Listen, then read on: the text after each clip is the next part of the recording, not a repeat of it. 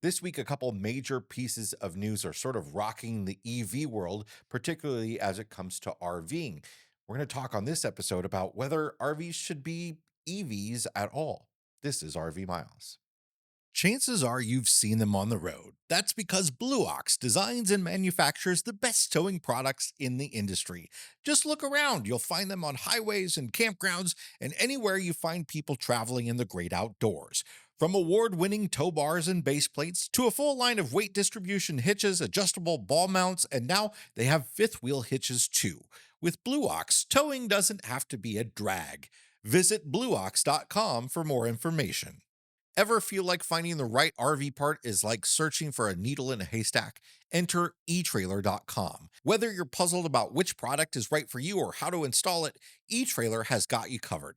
Their US-based customer service is available by chat or phone 7 days a week, and with expert Q&As, helpful articles, and tons of reviews and install videos, you'll tackle any RV problem with confidence. eTrailer strives to get their hands on everything they sell, and their website is full of overviews, reviews, buying guides, and tutorials. And it's not just RV parts, it's towing and vehicle accessories, camping supplies, and more. Head to the link in the description and get free shipping on orders over $99.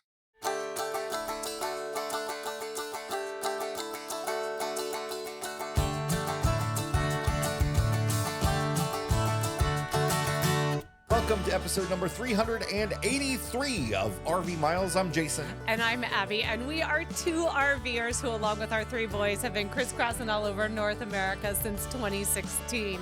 Here at RV Miles, we talk all things RV and outdoors, from industry news to travel destinations, EVs, and so much more. Before we get into all that, though, it is sweater weather. Say that one more time. You got this. It is sweater weather, which I love, and I finally have been able to put a sweater on. However, we've gone from hot outside like every day to this morning I had to scrape off the windshield. It's a family show. Can't say what I want to say, but not loving it. There's 50% of RV Miles loves sweater weather, and the other 50% of us misses the tank tops. So it's fine. I was really happy that what I consider my car was in the garage this morning when I had to leave for my doctor's appointment. So there was no removal of frost. And thankfully, my hardy mums survived the evening. My car, which is your monster truck, a big old truck, doesn't fit in our garage. So I don't get the luxury of not having the weather. No, it was very foggy this morning. Was really, but the visibility was next to nothing when I left the house this morning, and I assumed that fog sort of froze to the windshield. And it was a quick, easy scrape, but it was there. We both left at the exact same moment this morning, and my drive was the direction I headed. Beautiful. Ton of fog. Interesting. Interesting. So I zipped right along. I was caffeinated and I went, and it was great. No, I woke up this morning and all I had eyes for was my coffee pot. That was it.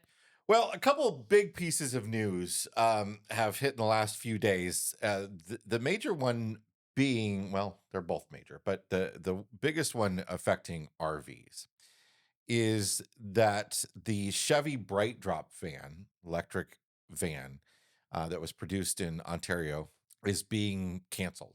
And the reason this is a really big piece of news is because Coachman just announced their RVEX electric motorhome, which was a weird name, but wait, say that again. RVEX. RVEX. RVEX was the name of it. Okay. They just announced it a few weeks ago at Open House. It's ready to go. They were going to be selling it early next year. And it was built on the Brightdrop chassis. Ooh. So the Brightdrop is an electric van chassis that GM Chevy produced that was for things like motorhomes, but also for delivery vans and that sort of stuff. And obviously this is going to be a challenge. This is always the fact that Class B camper vans in particular built on chassis that are third party and Mhm. that aren't heavily produced often have issues. Like a few years ago, we had an issue with Mercedes Sprinter chassis being held up coming into the US because of issues with the engine and EPA approval and stuff like that. So there's always sort of those sorts of third party challenges. This is obviously going to be a hit for Forest River and Coachman, who really planned on this being their big debut into electric motorhomes. But also then there's a company called Grounded, which is a smaller boutique company that mainly rents out electric motorhomes. They already have some out there, and they're not going to be able to make any more of these grounded motorhomes. What is Chevy's reason for Well, canceling lack of this? interest in sales, and they Hmm.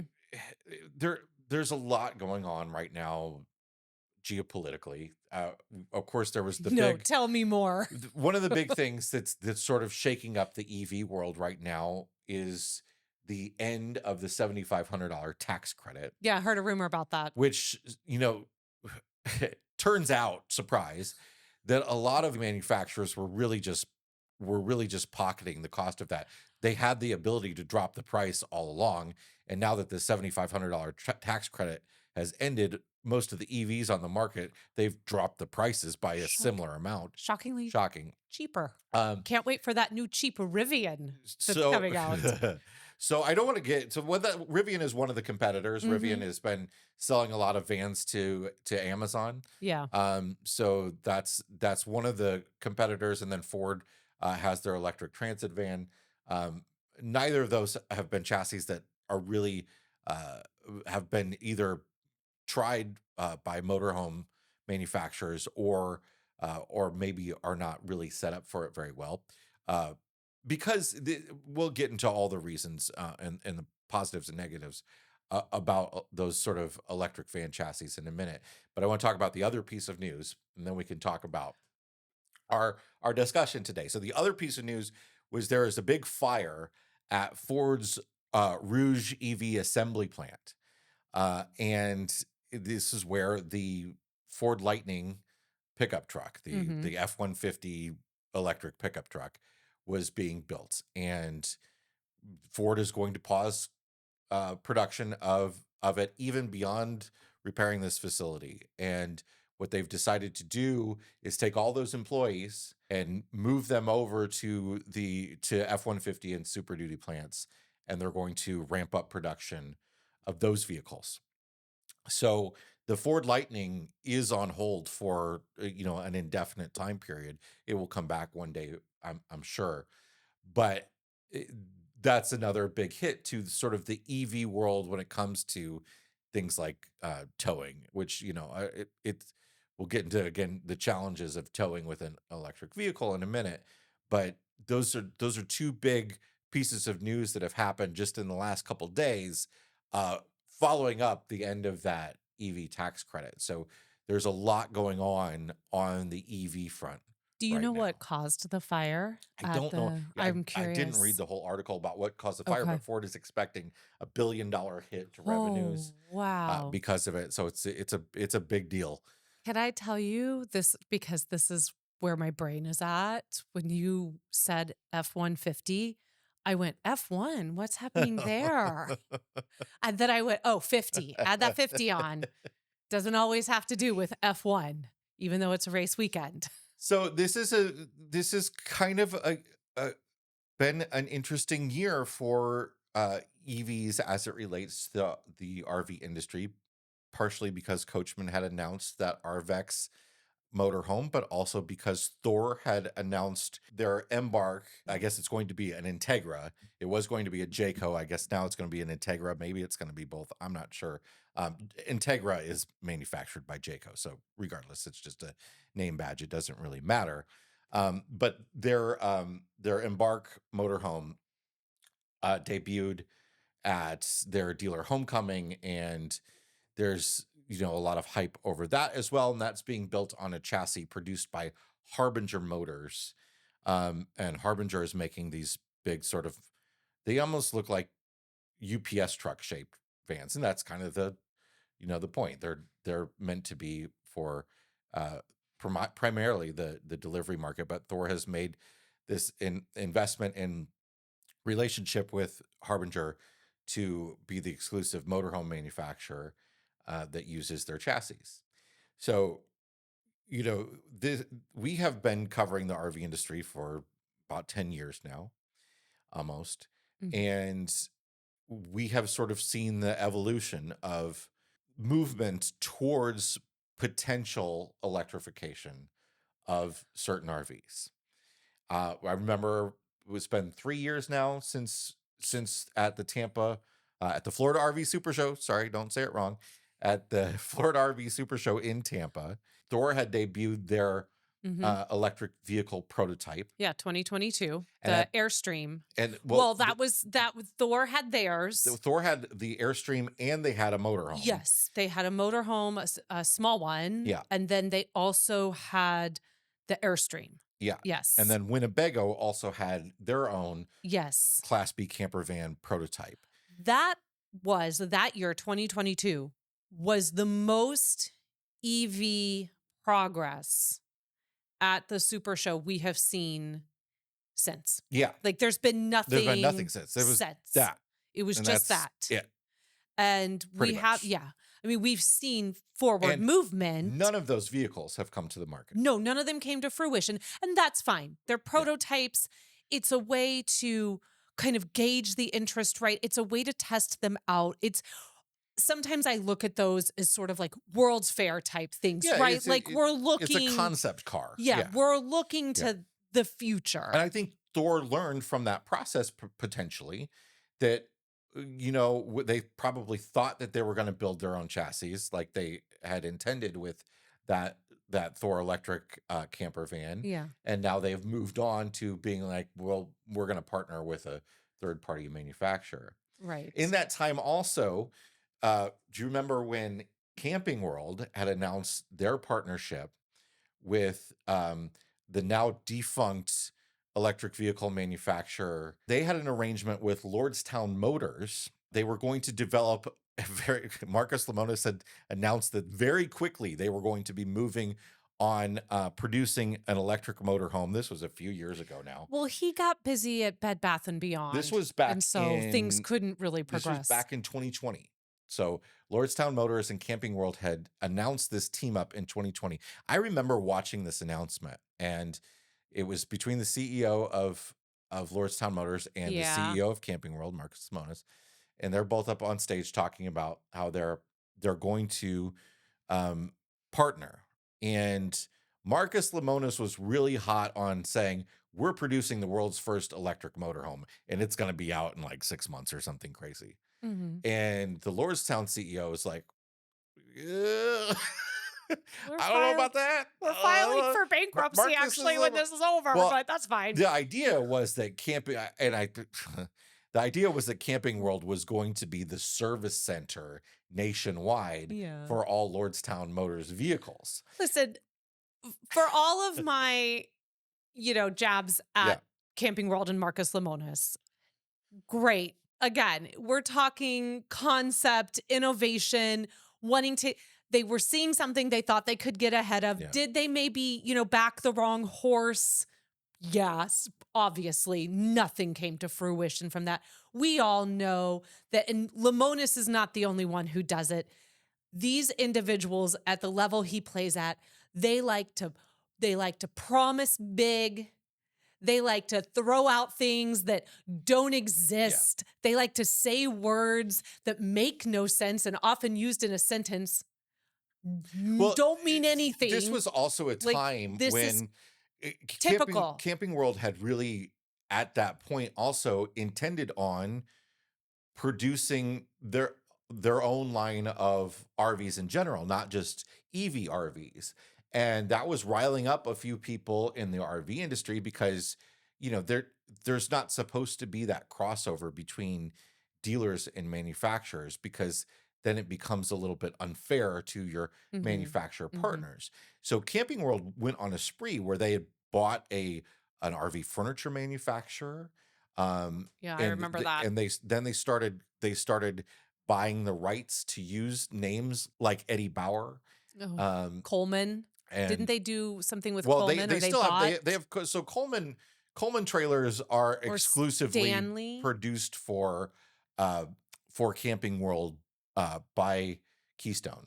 Okay. But I do believe it is Camping World that owns the license to Coleman for Mm, RVs, okay. and not Keystone. So there's Camping World gets really big into buying all these brand names, or access to brand names so that they can sell them. So we start this Yeah, EV conversation, EV RV conversation in 2020. yeah. And that to us is kind of where the conversation, the forward regular momentum sort of begins.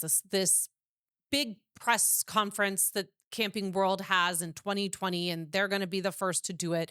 And then nothing comes from that. It's really when It, electric delivery vans were starting to be announced yeah, by manufacturers. And of course, that instantly got everybody thinking, well, why well, can't these be a motorhome? right. We had already had electric vehicles, those were already on the Yeah. road. That wasn't anything new. So we get this sort of like, again, this idea that the RV industry is usually about 5 to 10 years behind everything else. So this makes If sense. not significantly more. I mean, just, and then a couple years later, 2022, we get a little bit more from a few other manufacturers. We Yeah. start seeing something from Airstream. We've got the Winnebago, we've got Thor. And then it seems 2023 comes through. We kind of go a little So 2023, silent. there was actually one more thing that happened in 2023. That's when Lippert had announced their own Right. electrified travel trailer chassis. So, electric, Yeah. an electric axle, powered axle trailer chassis, just like that Airstream was going to have, and also went nowhere. Nothing has happened from it. It's still sitting in their showroom. I think 2023 is also when we sort of saw the appearance of Pebble. Yeah. So, or at least becoming aware. I won't say that they have not been around, but that was the first time I do believe they brought you out in Yeah. 2023 to see their all electric RV Yeah, so we've had some of travel these trailer. boutique brands that have started Yes. working on electrified chassis, or at least large EV style battery banks in a trailer. So Pebble being one of them, and that powered axle is an Yeah. option. Then you've got Living Living Vehicle. vehicle. They don't do a powered axle, but they do a big EV style battery bank. Yeah. And Lightship has the powered axle. So there are several different ones out there, and now a couple of those now have come to the market. So Lightship's vehicles and Pebble's vehicles are being manufactured and produced now. Yeah. So we're seeing in the boutique market, we're starting to see a lot of momentum, way more than in the mainstream manufacturer market. And Grounded, as I had mentioned earlier on the Brightdrop van, Grounded had started manufacturing Yeah. their motorhomes as well. More in a moment, but first, this episode is sponsored by the folks at RV Life. The RV lifestyle is about community, and the RV community is at the heart of RV Life. RV Life recently celebrated the 1 millionth trip planned with RV Life Trip Wizard, their excellent trip planning tool for RVers, featuring all the trusted reviews, pictures, and tips from their RV Life campground site. RV Life also features several blog sites and over 20 additional RVing forums to serve the community. All this experience and community feedback come together to help create a fantastic RV trip planner and mobile navigation tool collectively called RV Life Pro. RV Life has marked a milestone of over 3 billion miles traveled using RV Life Pro with a B, counting both the planned RV trips and ad hoc navigation with the included RV Safe mobile app. Take 25% off RV Life Pro at the link in the description for this episode. Harvest Host is a membership that allows RVers to take a rest from the road and enjoy unlimited overnight stays at over 5,000 unique locations in North America, like breweries, farms, attractions, wineries, and much more. Easily plan and book your next RV trip and enjoy over $1,500 in exclusive member benefits by joining Harvest Hosts. Get 15% off your first year of membership with the code MILES. That's MILES. Go to harvesthost.com to become a Harvest Host member today. So we start to see that, and moving through 23, 24, we come into 2025 now. We're coming up in just a few months on the 2026 Florida RV Super Show. And we were just talking this morning when Jason brought this idea of having a conversation about EVs in the RV and where are we? We both immediately kind of took a different position on this. And we started talking about it and we said, no, you know what? Let's not keep this conversation going. We should save it, talk about it on the podcast. Save it for the recording. Save it for the tape. And because you obviously cover it way more extensively than I do. So I come at it from the perspective of just sort of the everyday person, maybe someone that's not following it as much as you are. And, we should say we're EV owners. Yeah, that's the other perspective we're coming at this from. We've been EV owners for about 2 years now. So we've been EV owners for about 2 years now. I primarily am the driver of the EV. You drive the truck. So you drive the diesel. I drive the electric vehicle. We bought a Tesla in 2023. We have had that now for 2 years and some change. We actually bought it while we were in Alaska. And I have to say, having driven the Tesla to New Orleans, we drive it out to Elkhart. I take it to Kansas City all the time. I've driven it to, it's got like 32,000 miles on it. So it's been more than just driving around the city.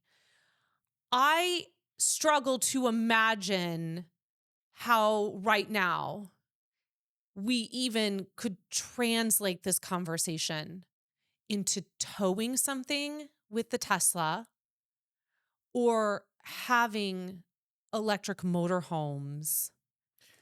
I'm really struggling because when you look at our Tesla overall, like the way it is designed is EVs are very heavy because of their battery pack. Yeah. Right? But then they try to reduce as much weight as possible wherever they can and as much drag as possible wherever they can because they find the slightest, you wouldn't believe how much drag side view mirrors cause. Sure. Well, they definitely reduced that. So, but when you look at my side view mirrors up against your side view mirrors. So our Tesla has it's got a huge glass roof. Yeah, we have the Model Y. And the main reason for that is to reduce weight. Yeah. People think, oh, look, it looks pretty and all that, but actually makes it really hot inside. I think it's annoying as heck. And it's there to reduce weight. So when you think about things like weight and aerodynamics, and then apply that to the idea of either A, towing, or B, a motorhome, you start to think, well, there's some problems there. Right? Yeah. Yeah. I think for me, the biggest thing, and I should be clear, it's hard for me to translate it to long-term, long-distance travel. It's not that it can't tow anything. Like we have a tow package on it and we could certainly tow something small. Could I see, 150 mile radius of where we live, towing a little teardrop or something out to, a little Bambi or whatever out to a campground? 100%. 100%. I can't imagine trying to do this in long distance travel because the infrastructure is not there for it. And by infrastructure, you don't necessarily mean charging stations because. Well, yes, I do because if I'm towing something. Yeah, I mean the existence of charging stations. Sure, they're there if you're not towing. They're there if you're not towing. So, a lot of EV charging stations, regardless of the EV, for the most part, much like your gas tank, your charging port is on the back. And so for a Tesla supercharger, you have to back into it. So I would tell you, though, that's actually more common on Teslas and less common. A lot of other brands, they have the charging port on the front. And so I have noticed that the superchargers have started to counteract that by at least one supercharger on the end of the row is one that you can pull into. But what happens is a lot of times these are placed in places like certain gas stations or grocery stores or in heavy shopping center areas. And so even if you were to pull forward, with, say, you got your little RV attached to the back and you were to be able to pull forward, you can plug in, but now you've got an RV that's sticking out into the road. And when you leave, it's not a pull through. You have to back out. Yeah. So we have not built infrastructure right now across the country that allows for EV towing of any kind, even if you had just like a little U-Haul, you were moving something, and you just had a little Yeah. U-Haul travel trailer behind you. It's a struggle. Yeah. So that is when I say this is not realistic. I want us to keep dreaming and having the concept. But even once you get to the campground, to plug into 20 amp, and that's what we do at home. It's 24 hours Yeah, but to when get you it get to back up. when you're at a campground, you can plug into 30 amp or 50 amp. Sure. I guess that's true. I mean, unless you need to plug in your rig, you're going to take the 30 or the 50 amp for the rig, at least on one of those. I mean, Yeah. there's so much that And goes into it. that's why I do think a motorhome, a small motorhome, does make a little bit more sense um, over towing. Now, first of all, I do want to say that I know we have listeners that tow with an EV. Yeah, And absolutely. And I want to be really clear. I am not saying it's impossible. yeah, I'm thinking of it from, this is just my point of view on it as an EV owner. It's not something that where we live, I can't speak for what it's like in other parts of the country, but I know in the distance that I have taken this, in the different drives that I have made with it, even going all the way down to New Orleans with it, there was not a charging station that I came upon that would have at all been accessible to me with something on the back of Tesla. yeah, and that's the struggle when you start talking about electric pickup trucks. Then, and um, again, like you mentioned, towing something local is one thing. And I think a lot of us RVers think of towing as something that is cross country. And a lot of people Sure. that buy a truck they're never going to RV. They own a truck because they're they're hauling their boat to the lake that's nearby, or they're hauling their tools and stuff from the home improvement store in the back of it and that sort of stuff. They're doing more local It's a things. utility And I vehicle do for think them. that's where EVs really shine. And that's why we are seeing a lot more EV delivery vans because, you know, uh, they might drive 50 miles in a day, Yeah. 80 miles in a day, whatever it is.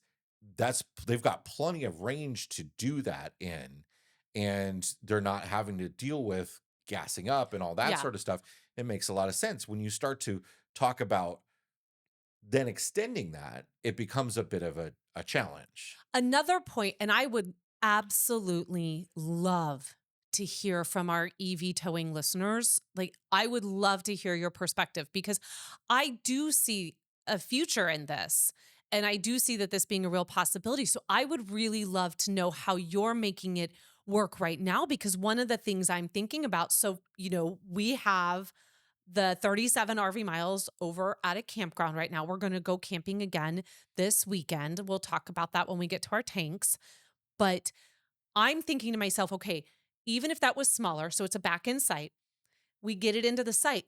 But where they have the electric box positioned, I wouldn't be able to just drive the Tesla, like to plug in to the 30 or 50 amp.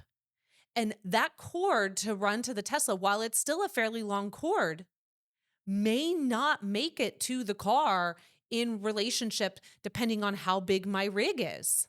Yeah. So, I mean, and I'm not saying I'm going to have, obviously, I'm not going to. You carry around an extension with you, but But but Yeah. then again, so it's just like all these other things, right? And I it's think not impossible to do. It's just that we don't, there's a lot of moving pieces where I think with RVing and owning a truck, we already had a lot of the infrastructure where it made the transition somewhat easier because of the trucking industry. Yeah. So we already had these fuel lanes where large motorhomes or diesel trucks pulling a 37 RV miles have the infrastructure to go in and fuel But up in a way that's set up for them. the problem with it is, though, is you can't grow an infrastructure without customers for that infrastructure. So it's like you Right. can't build the infrastructure and then, okay, once the infrastructure is built, it's time to then we're going Right. to electrify I mean, vehicles. you know, So if you put it in relationship to how the difference between when we owned a gas truck with a 37 FLL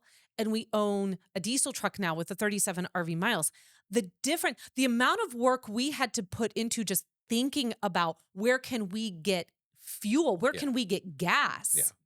where we It would was a lot more fit. difficult. And that is one of the struggles that, like, Tesla has done a great job with their charging network. And that's one of the reasons we bought a Tesla when it came to Yeah. an EV is their charging network is really designed so that on all major interstates, essentially, there are charging stations to get you around the country Oh, wherever yeah. you I need to mean, go. we And charged with no problem to New Orleans. That was a 900 plus mile. yeah, I mean, would I, if I could, unload this Tesla tomorrow and buy a Rivian? Yes, I would. But I you haven't can't. priced the Rivians yet. No, I've priced them. It's just that I will not get my ROI on this Tesla now, thanks to the climate that we live in. So no. The But problem, the charging the charging, has been but clutch. then the issue there is then you're building out a charging infrastructure that's proprietary. And now Tesla has allowed other vehicles access to it for a Yes. charge,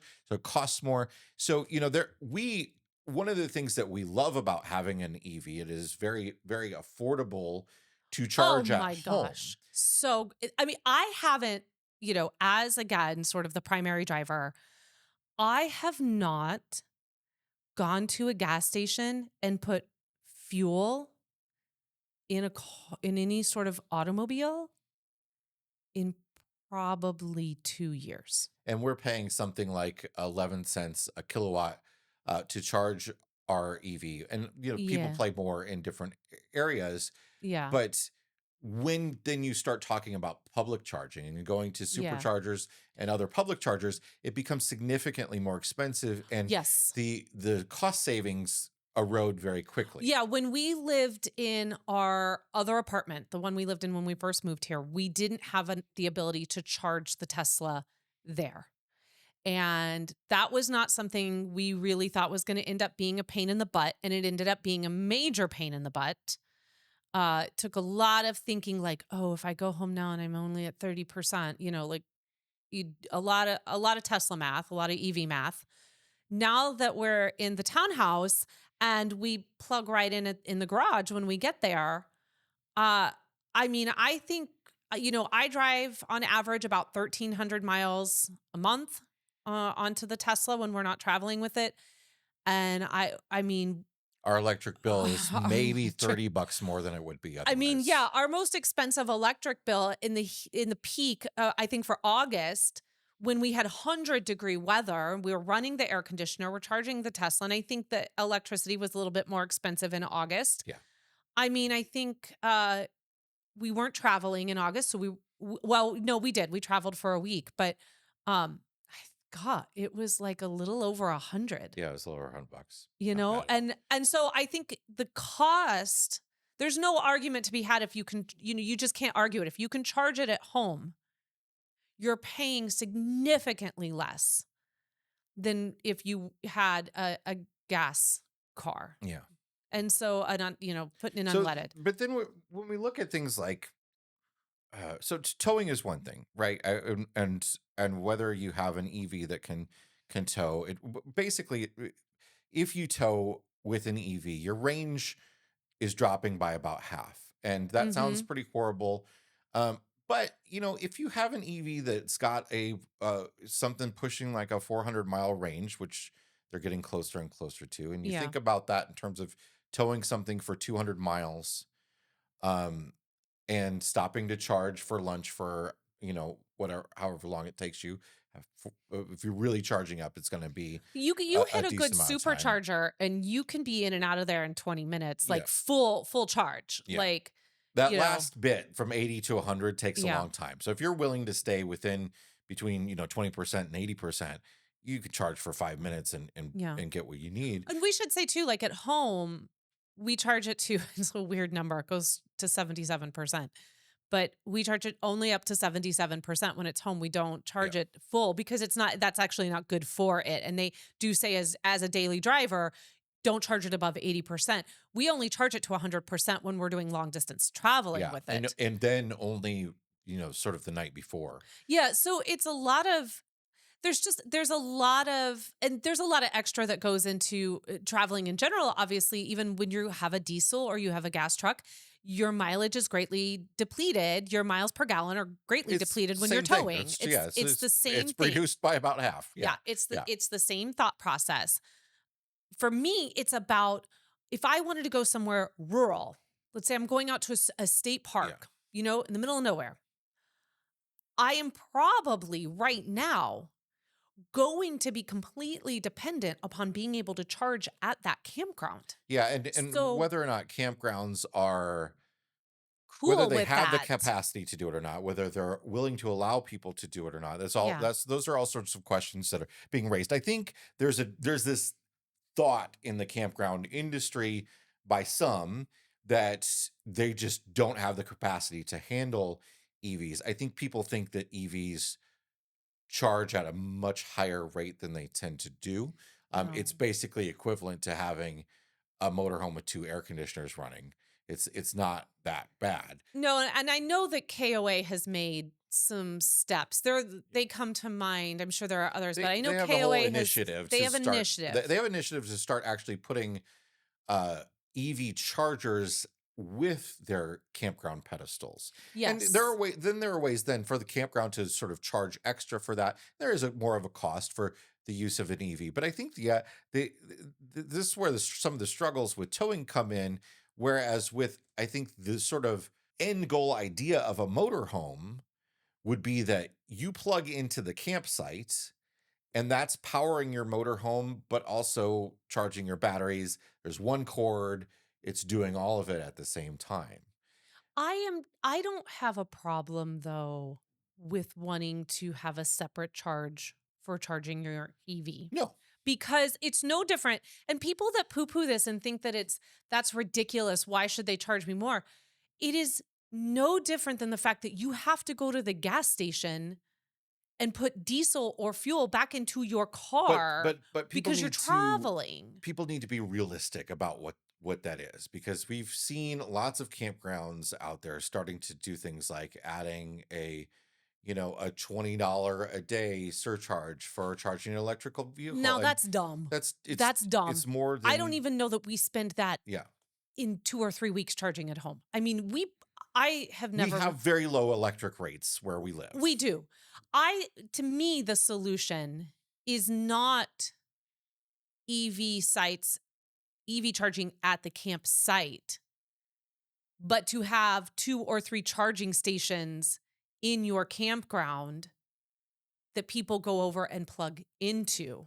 So, is that partnering? I mean, I'm just, I have nothing to back this up. This is just me saying this is an idea I would investigate.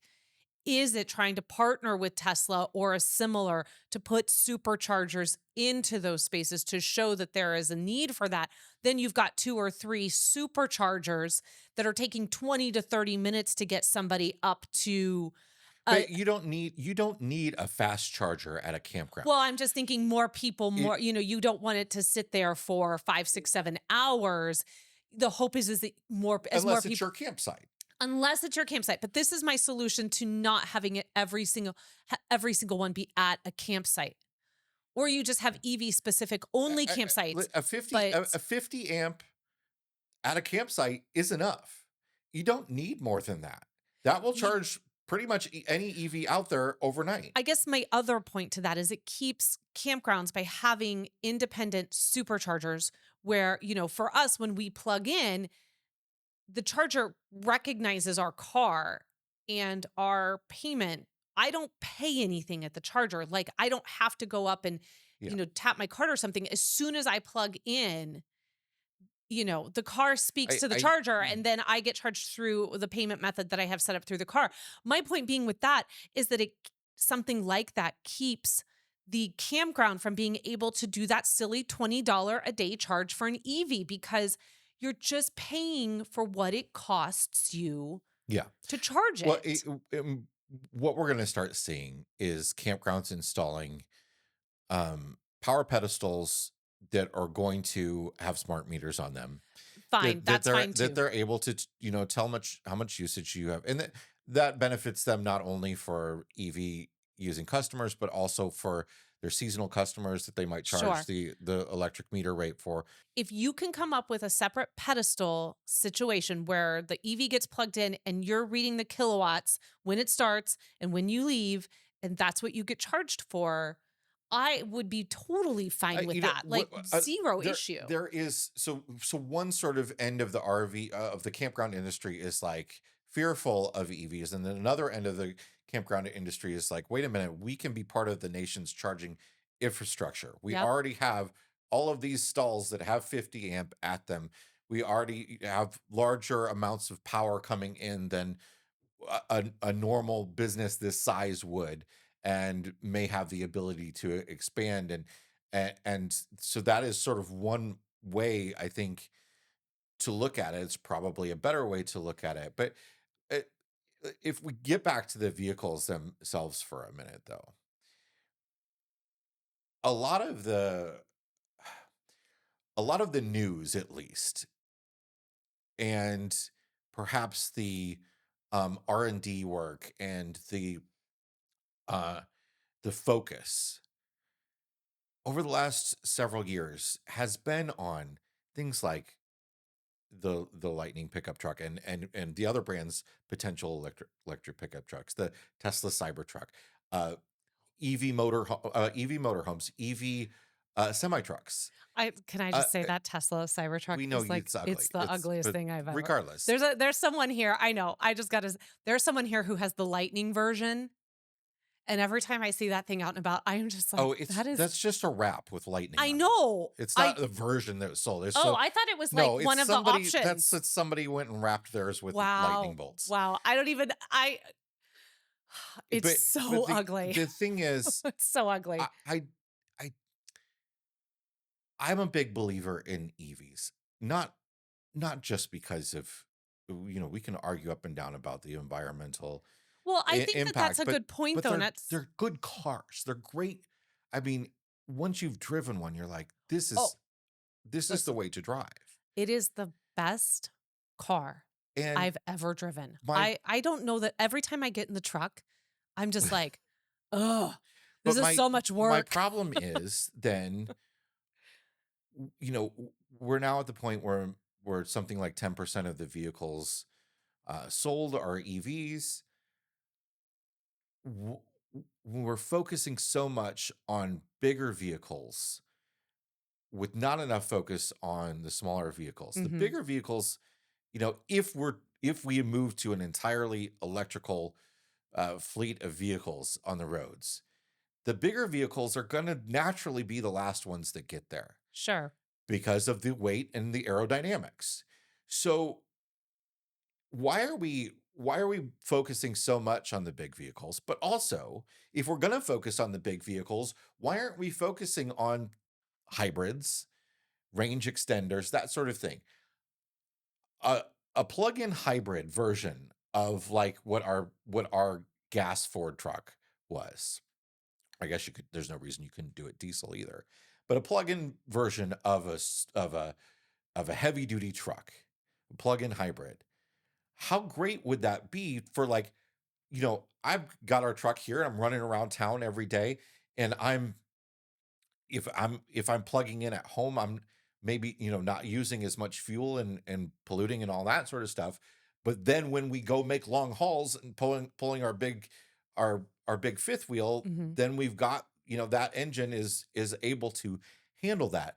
I don't quite understand why we're skipping that so much. Do you know if the RV industry has really investigated sort of the hybrid model Well, for motorhomes? Because as much as we're talking yeah. about trucks, I could see that potentially being something in a class So that is B. something I will say the Thor or the Integra Embark motorhome Mm-hmm. does have a range extender on it. So it's different than a hybrid. Okay. So a hybrid is powered from an engine, um, where the batteries help continue that power.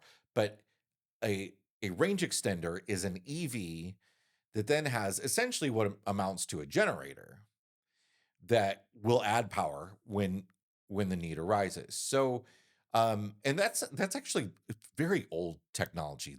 Diesel locomotives operate this way. Diesel locomotives are electric driven. They're diesel powered, but they're electric driven. Mm-hmm. They're essentially a big old hybrid.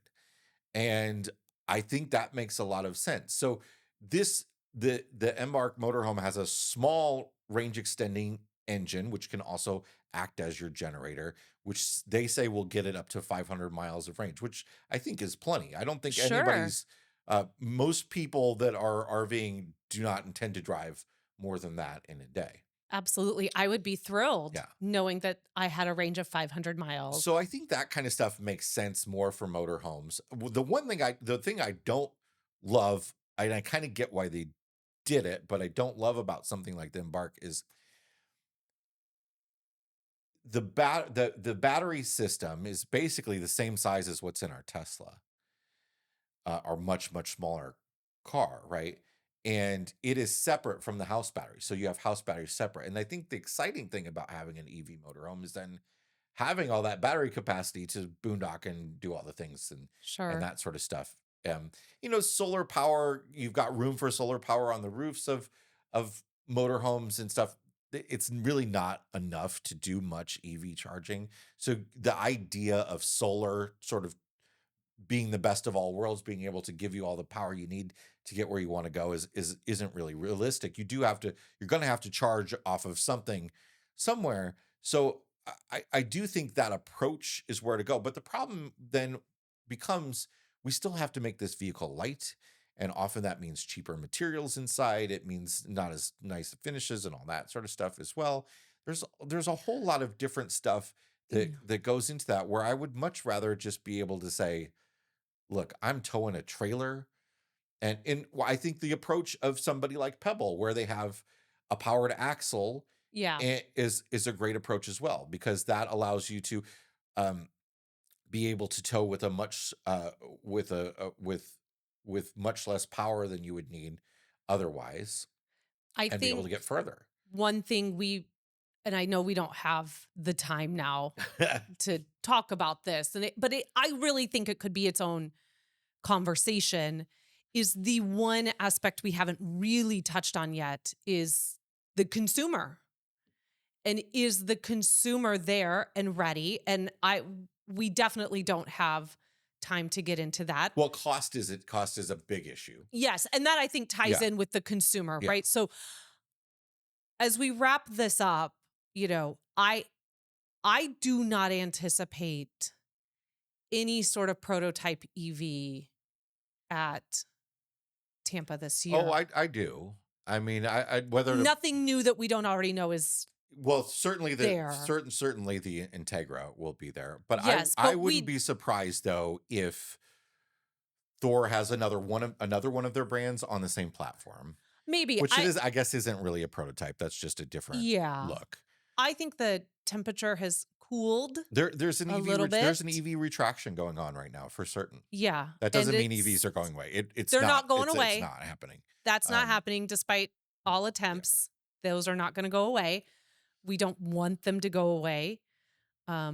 We need to have other options, and of course, there is a conversation to be had about, again, another one for another time. Couple it with the consumer. There is a conversation to be had about the environment and the infrastructure, and the more EVs that are out there, the more power we need for them.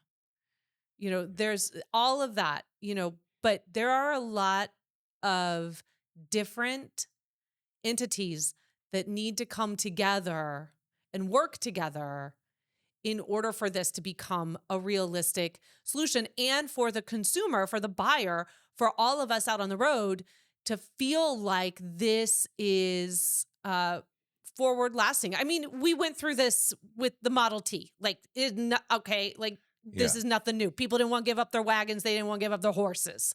So it's just progress, and progress takes time. And despite what Marcus Lemonis tells you, sometimes progress takes things time. move too fast and need to Yep. pull back a little bit. And you find the mistakes, you pull it back, you learn, you do better. When we know better, we do better. So this is a conversation that the RV industry is not going to be able to escape. The automobile industry is not going to be able to escape, nor should they want to escape it. And this is, whether we see it in our generation or our kids' generation as RVers, this is coming. So how we handle it just makes sense to me, though, to build it from the bottom up and build it from the smaller vehicles. Have a good foundation. Work towards the bigger vehicles over time. Yeah. And we'll get there. And, if every car on the road was electric and every semi truck was still, a diesel, the world, the pollution and all of it would be greatly reduced. I wouldn't be able to pass people as easily, though, if they all had EVs. I'll tell you, a little zip zip. Tessie's got a little zip zip to her. One day we'll talk about self-driving. I don't use it. I hate it. Don't you want to have a self-driving motorhome that you can go sleep in the back, though? Oh, heck no. But we would love to hear your thoughts and opinions on this, whatever those are. We know you got them.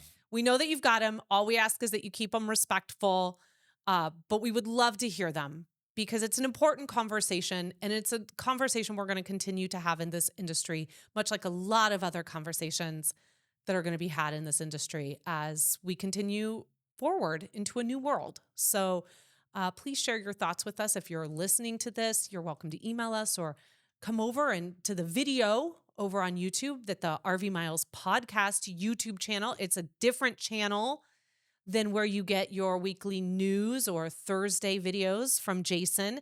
We have a podcast channel, RV Miles Podcast. You can come over there. You can watch all the faces that we make when we're talking about, and all the people walking behind us. You can see the strangers walking on the street, the new curtains that really upset somebody last week. Oh, really? Why? Oh, someone got really angry that we talked about curtains. Oh, right. Yeah. I saw that. God just really just that we had them. Did not like that we expressed joy that we hung curtains. I'm noticing they're not straight, right? The camera is not straight. No. Wow. You really failed on that one. I'll fix it in post. But we would really just love to have a conversation with you on this topic, because it's a really fascinating one. And again, especially from those of you towing with an EV, I would really love to hear your experience. Yeah, as a matter of fact, I'd love to interview somebody that tows with an EV. If you tow an RV with an EV, let us know. Want to come on the show? Let Jason know. He'll interview you. It'll be fun. More in a moment, but first, this episode is sponsored by Liquefied RV Toilet Tank Treatment. Eliminate black tank woes with Liquefied RV Toilet Treatment, the ultimate enzyme-based solution for RVers. Their powerful formula simplifies waste management by breaking down solid waste and toilet paper, erasing foul odors, and ensuring smooth tank dumping. Liquefied removes buildup on sensors for accurate black tank readings. It's biodegradable and safe for all septic systems, contains no formaldehyde, making it safe for pets and children, and is made in the USA. You can find Liquefied at liquefiedrv.com. All right, it is time to check the level of our tanks. And I was informed earlier today that this hand gesture that I do to indicate the level of the fresh or the black also coincides with 6, 7. That's what I was told.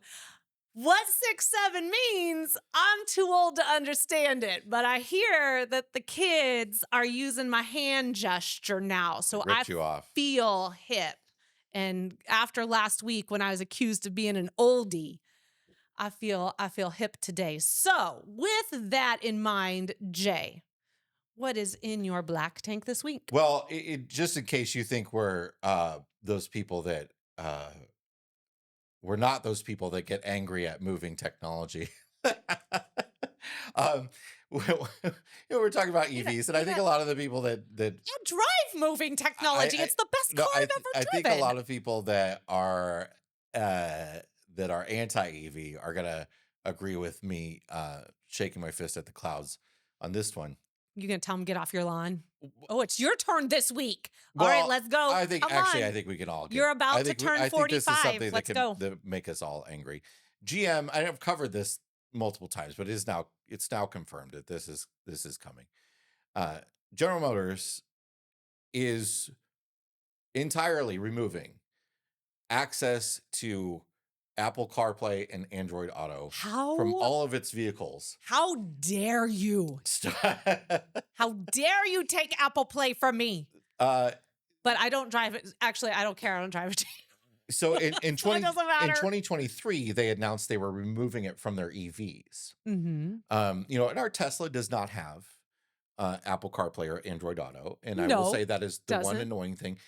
Its navigation is pretty good, but there I- are a lot of annoyances that you can't use your podcast app. There's just annoyances with stuff like I mean, that. RV Life doesn't work with it, right? fair. Um, Yes, but I will tell you, if I was to get into the truck and not be able to have oh yeah, Apple Play, me too. I'd get out of the truck. Me too. Apple and Google are, collecting tons of data from you when you travel down the road. They're And collecting that's data from you in your house. they're going to do that anyway, Yeah, by the way. Uh they're and collecting it right now. car companies want to be the ones collecting that data. They want you to have a fully integrated, this is all sort of part of moves towards subscriptions in vehicles and the ability to self-drive, the ability to have, upgraded driving assistance features, the ability to pay to have a heated steering wheel on a monthly Ooh. basis, that kind of stuff. But GM they plan to have entirely the only option being their built-in system, which the problem is, like, you're just taking us back a few years to when Mhm. everybody had to have a phone mount to mount their phone for their GPS. That's all that's going to Don't make change, me map quest is this that and start people are printing going things to out. start buying phone mounts again to stick to their windshield so that they can mount their phone up there and watch, Apple directions or Google directions or Waze as they go down the road. Ways. A lot of people love Waze. I don't think I've ever used it. Well, a lot of I'm people love not. it. Hey, you do you. I was just surprised to So hear you say that. I it's frustrating to me, not just because of the removal of it, but because what the removal of it means. It continues to mean this idea that there are more and more subscription services available for your pleasure uh in your vehicles, and I think that is one thing that we can all get behind being a really annoyance. It's not even really for me. It's not the subscription. It's just the constant keep learning this platform, and now you're gonna go Yeah. learn this platform, and then you're gonna learn how to, and you're gonna, and it's Well, that's the beauty. That's the I beauty just of having something like Apple CarPlay, is that it my Apple Maps has all of my mm-hmm. saved places in it. It has all of my Yeah. preferences in it. So when I'm in a different vehicle, I can use it, and it gives me the same setup as I have. Gives me my podcast that I have saved. It gives me Right. all of that sort of stuff. So that you can be Yeah. as much hands free as, because you also at Yeah. the same time have to be hands free. Yeah. I mean, this is a first world problem for sure, but it is an annoyance. But then the problem is, like, I'm paying, Verizon for my cellular access. Mhm. So when I don't have that, like with our Tesla, we pay an annual fee of $99 for it to connect to the internet, so we can have we can have navigation Mhm. essentially, and access to Spotify in our Tesla, and that's I didn't know annoying. that. Yeah, I did not know that, and yeah, now I don't like that. exactly. I don't like that. And I don't like that. that's what the I automobile manufacturers want. They want that revenue.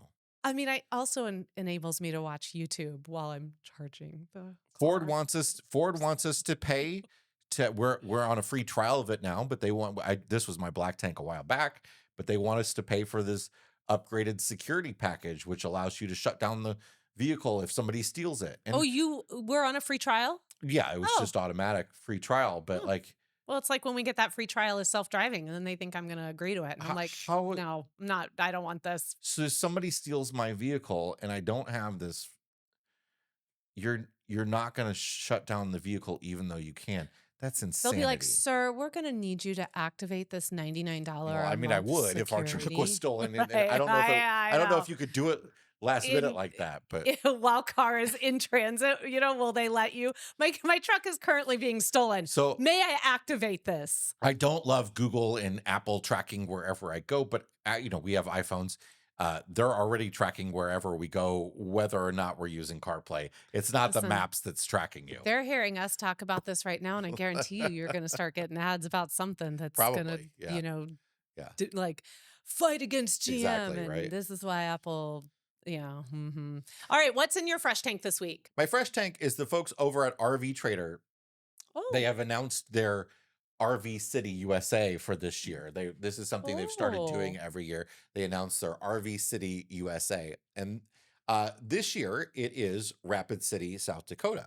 hey. And while I don't think super highly of the town of Rapid City itself, Nor do we think not highly not of nor the not town. highly. We should not do not imply that It is it's a it's a town. town. It's a It's town you've got your Walmart and your Target and your in your Chili's. yeah, yeah. But obviously, Rapid City, South Dakota has access to so many wonderful outdoor Yeah. things. You've got Custer State Park.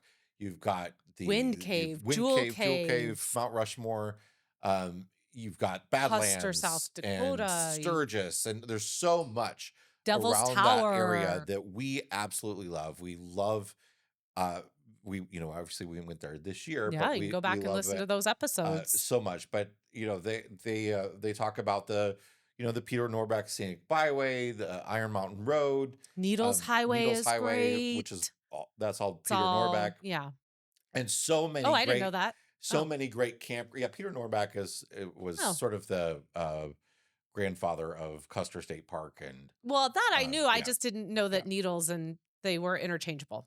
they're not interchangeable, but Oh, I think I might be wrong in this, but I think that whole loop is called the Peter Norbeck Scenic Byway. oh, okay. I I I think. I understand you now. Yeah. We're on the same wavelength. Yeah, there's just so much there for RVers, including tons of campgrounds. And I just wanted to give a little shout out to Rapid City, South Dakota, because I think, as we've talked about in the past, it is a great sort of for folks like us that are sort of in the East. Mhm. We're in the Midwest, but I was gonna say, e- we do East, not tell people we're in the East. We're East, gonna get in trouble. East of all the cool stuff, right? Ooh, let's not say that either. Let's Okay, just say we live in the Midwest. east of all the elevation changes. There's some of that in the East too. I think For folks like us that live in the Tennessee wants to talk Midwest, to you. for folks like us that live in the Midwest, Thank you. it is a great sort of starter RV trip for kind of your first experiences driving in mountains and getting to sort of big grand outdoor destinations. Sure. I think driving the other direction, Smoky Mountains is a Yeah, I similar was gonna thing. say that's Um, the Smoky Mountains is equally yeah, a great for those of us in the Midwest. It's another great one to cut your and teeth it's on. sort of like Rapid City and that whole area is sort of the Black Hills area is sort of a gateway to the Northwest, right? Sure. To Yeah, if you keep driving, you will hit the Wyoming, Northwest. Montana, and Oregon and Washington, and all of the beautiful country that it is that direction. It's sort of it the Black Hills sort of rise out of nowhere. You drive across Mhm. South Dakota, and they just boom, they're there. And Badlands just drop out of nowhere. and It's great. it's a great area. So shout out to Rapid City. Very cool. All right, what's in your black tank this week? Okay, I have a gray tank and I have a black tank. So we're going to go with the gray tank first. Gray tank is that this is our last camping weekend of the season. I know I said that last episode, but we decided to do one more weekend because we had such a nice time last weekend. This is officially it. The pink stuff gets dropped into the 37 RV miles on the day that this episode comes out. We will be Sunday. tucking the 37 RV miles away for the season. Already bought it. That's why I did a video on Yep. using the pink stuff, if you saw that. Go watch it if you didn't. Jason talks about his love for the pink stuff. So that's my gray Okay, tank. I wouldn't say love. It's my gray tank. My black tank, which is kind of a gray tank, but it's also a black tank. It's a little bit of everything, but I am so beyond fascinated with this right now. The heist at the Louvre is just, it's a black tank because they, obviously don't steal things and don't steal France's crown jewels. Like, that's not okay. But we have had in the span of a week, a heist, and then a gambling ring in the NBA has been broken up. And I asked you last night, I was like, what is this, the 1930s? Have you gotten into the details of that gambling ring at No, all? because I'm too So obsessed in- with what's happening at the Louvre. Do you know what they stole? You're gonna love it for the same reason. Yes. But the gambling ring involves an underground network of poker games where they had tables that could x-ray the cards from below. Oh They my! had automatic I shufflers that could predict who was going to have better hands. Ah! And they're like radioing to somebody offsite who's then signaling somebody. And one person at the table is a patsy while everybody else is. It's incredible. Somebody tell me I need the whereabouts of where George Clooney and Brad Pitt have been for the last week and some change. Okay, somebody call Steven Soderbergh. What's he been up to? I know they are filming the next Ocean's movie, so maybe this is all part of that. It's an elaborate. This is a big this is a big Blair Witch Project plot of the Ocean's folks. I am fascinated by how these two, there were 4 total at this Louvre. 2 of them At this win Louvre. at this Louvre, like At the Louvre. There's only one, I think. I know. Pretty sure. The most popular, most celebrated museum in all of the world at 9:30 on a Sunday morning. They're in and out in 8 minutes. It's not the fastest heist on record, but it's pretty fast. I love that they went in on a ladder and came out on the same ladder. And there's like nobody waiting there to catch them. Well, they picked a side of the building, which this blows my mind, that there's even a side of the building that is not really that's quiet. It's up against the Seine. There's like no one that really goes around there, that they could pick that side of the building on a Sunday morning at 9:30. But here's also what is amazing. So there were people in that room. And there were guards in that room when there was the explosion and they busted through that glass and they came in. The guards could not go after them. The guards are required to get all the people out first. So this is why it's kind of brilliant. By picking a time of day where they knew that there would be people in there, they tied the guards' hands because they have to get all of the people out first. Mm. So they knew that they had not a lot of time. Yeah. But they knew that in the pandemonium of people freaking out and the guards having to corral all these people and quickly get them out of there, that they could go and steal these jewels, which the sad part to all of this is that they don't think it's for these jewels to be sold. No, as they're gonna chop them up. up. And they'll be worth it's just and like I'm telling you, I will find them if they take that empress's crown and they chop that thing up. I am going to be it's just like when people steal, a $50,000 car and chop it up for $5,000 worth of parts. I mean, the thing is some of these heists end up being sold to people that want to collect these things and put them in a bunker underneath their house and never look at them again. They think because of what they took, they didn't take the most expensive thing in the room, but they think because of what they took, that is not what they intend to do with it. And that makes me sad. But Because I gotta go back. you can't resell this stuff. No, It would it will get flagged I instantly. just, They have to. They will not be able to resell it without breaking it apart.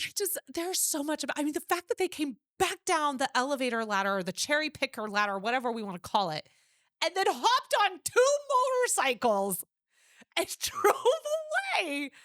I mean, they left like all good escape scenes. They did leave. They did drop an item. They only got 8 of the 9, and they dropped one of their yellow vests. Now, I tried to get you a long time ago, and you still haven't, to watch with me. There's this Netflix short documentary series called "This Is a Robbery." Oh, I don't remember. So I did an episode of the See America podcast on this museum. It was the biggest art heist in the history of the world. And Ooh, we still don't know where most of these paintings are. And it was the Isabella Stewart Gardner Museum. Oh, right. I remember this now. Yeah.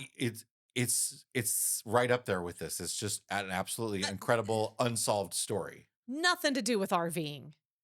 Everything to do with one of the most fascinating. I mean, this will go down as one of the biggest heists of the last decade. Yeah. I mean, this is more than that. Yeah. The level of just confidence, and just sheer I don't give that you have to be like, you know what we're doing today? We're gonna go break into the Louvre. I think that's the target. And there's been a ton of recent like robberies in museums. Yeah. And this is, I mean, this is fascinating stuff. I am watching along with the world, and I'm sorry for for France, because I know that having these stolen, they care a lot about their history there, and this has been a big deal, a big shock for the country for sure. All right, what's your fresh tank? Just really quick, my fresh tank. I just want to recommend a coffee. Shocking, I know. But I just ordered a few weeks ago the Autumn Harvest blend from the Roastery. Now, you guys have all heard me talk about the Roastery a lot. They're my most favorite coffee producer in the country. They're based out of Kansas City. They're locally owned. Their holiday blend, it's coming, much like Mariah. It is going to defrost soon, and I will be telling you it is time for the holiday blend. It is coming. I decided to try this year their Autumn Harvest, and it is so good. We have been enjoying it for the last week, and the bag came this is why I love when you can buy local or order local. I ordered it one day. I had it 2 days later. It was roasted the day that I ordered it. And when I opened the bag, all of the beans inside still had this beautiful, oily sheen to them. That's how fresh they were. And you opened that bag, and it was just a phenomenal smell. I took the bag upstairs. You were playing the piano, and I literally shoved it under your nose and was like, stop practicing and smell this. This smells amazing. And so, places like the Roastery, they are struggling now because they had to send out an email and say, we have to raise our prices by $1 a bag. And I know that doesn't seem like a lot, but boutique small roasters are already charging a little bit more for their coffee. It's probably costing them more than that, and that's the minimum they could get by of raising. It already costs a little bit more because they don't have the nationwide chain supply like your Starbucks or your Caribou's or your Folgers or your Taster's Choice. So you pay a little bit more to support a small local roaster, just like you do at a farmer's market or. So I would say for anyone, this is worth every penny. It's an incredible company. I've always been really impressed with the Roastery. And now having had 3 of their different types of coffee, I will support them going forward. I will become you get a subscribe and save subscription. We are going to do that. And I highly recommend, if you're looking for a really good autumn coffee, please give them a try. Please support their small business. They're great. That's it for this week's episode of the RV Miles podcast. Yes, it is. Thank you so much for joining us. And hey, the holiday season is coming up. And if you're doing any shopping on Amazon, won't you take us with you? Just start at amazon.com/shop/RV Miles. And it does not matter what you buy. You do not have to buy anything that we have listed in our store. Anything you buy on Amazon, Jeff Bezos will kick a little bit of money back to our small business, and then we put that right back into the content that we create for you here. So thank you very much for going over there and supporting RV Miles. So until next week, friends, please stay safe. Go get some exceptional coffee from the roastery and keep logging those RV Miles on your Apple CarPlay. Bye, everybody. Bye.